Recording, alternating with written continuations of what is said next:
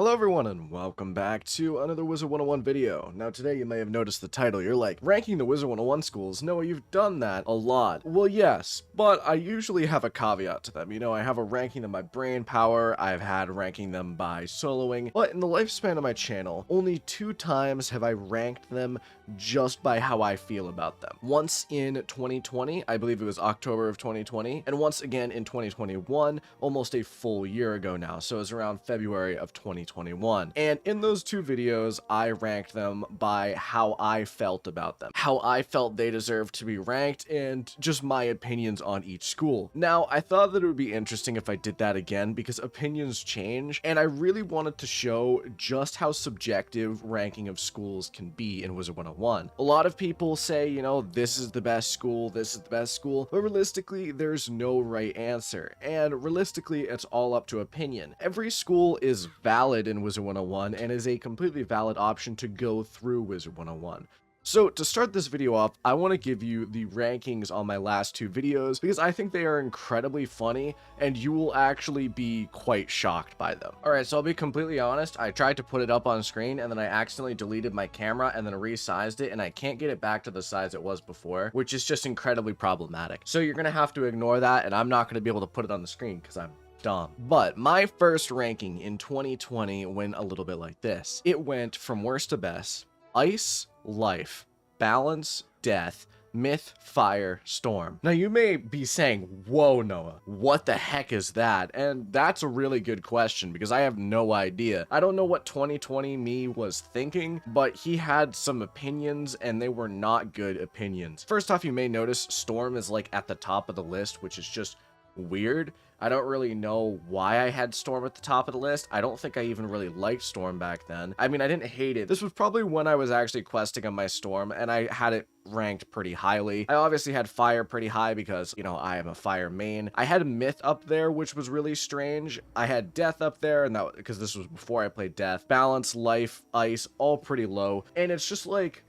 what was this child version of me thinking? I don't know. But to put it into perspective, let's go into the 2021 ranking, which was Ice, Life, Balance, Myth, Fire, Storm, Death. So that one is a little bit more normal if you think about it, because Death at the top of the list makes much more sense if you know me as a person and what my opinions are. Realistically, Death is probably my favorite and what I would consider to be the best objectively. But Storm is still really high, which is strange. Fire is definitely still up there, Myth. And then I had this weird thing that I used to do where I used to rank balance higher than like life, which was really strange. So let's just keep it at that. That's the weirdest part, right? And the main reason why I included this and why I even put this here to begin with is I wanted to show you just how much opinions change and how much this is not objective. Ranking schools in Wizard101 is not objective in the slightest. Even when I rank them by soloing, it may seem like, yes, that's the true fact, but realistically, you could probably switch around a few of them. You can mess stuff up, and that's why today, when I want to rank these, I want you to know that I'm ranking these purely based on opinion. This is my opinion of them, and this is why everything seems so shifted compared to usual. So without further ado, let's get into it. Let's get into my ranking of the schools nowadays in 2022. Obviously, this is going to seem strange to some of you, but I want to know your rankings in the comments below because I think it's just fun, right? It's just a fun little video just to hear my opinions about things. Why not? So let's get into it. Starting with the School of Ice. Now this one will probably always be the bottom until the end of time. I have a max level Ice. I know Ice and I've played it before up to max, obviously. I can say with a firm opinion, Ice is probably never going to leave my bottom spot because there's so many reasons.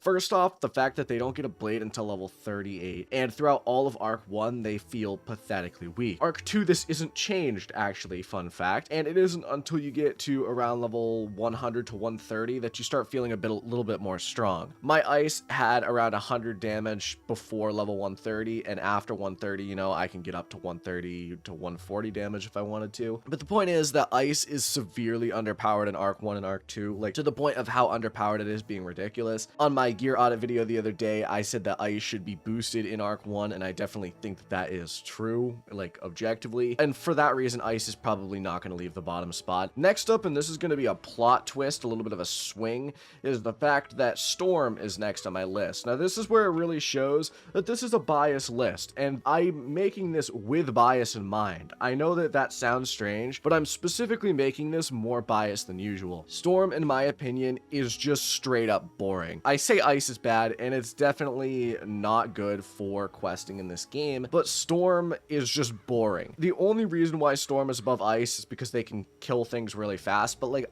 Storm is ridiculously easy, at least in my opinion, and for most people who are experienced with this game. I've gone through this game before with Storms, and it's just not hard at all. I quested through all of Arc 1, all of Arc 2 solo, and never had a single problem throughout all of it. So I think that realistically, Storm will always be very low on my list. It doesn't help that Storm wizards tend to lack a few brain cells, if you know what I'm saying. That kind of shades my bias of the school, but I don't think that, objectively all Storm wizards are bad. There's some good ones out there, probably, maybe, kind of. So yeah, well, I'll just leave it there and move on. Next up is Balance, and Balance is above Storm just because I find it more compelling. Balance is actually interesting because there's a little bit of challenge behind it. You can't just run in and try to kill everything as a Balance. You need strategy, you need planning, because Balance is not going to be easy, and it never will be easy. I've always found Balance to be interesting. I know objectively it's probably one of the worst schools in the game, but that doesn't mean that I don't enjoy playing it. I just think Balance is fun compared to at least Storm and Ice. It's just there,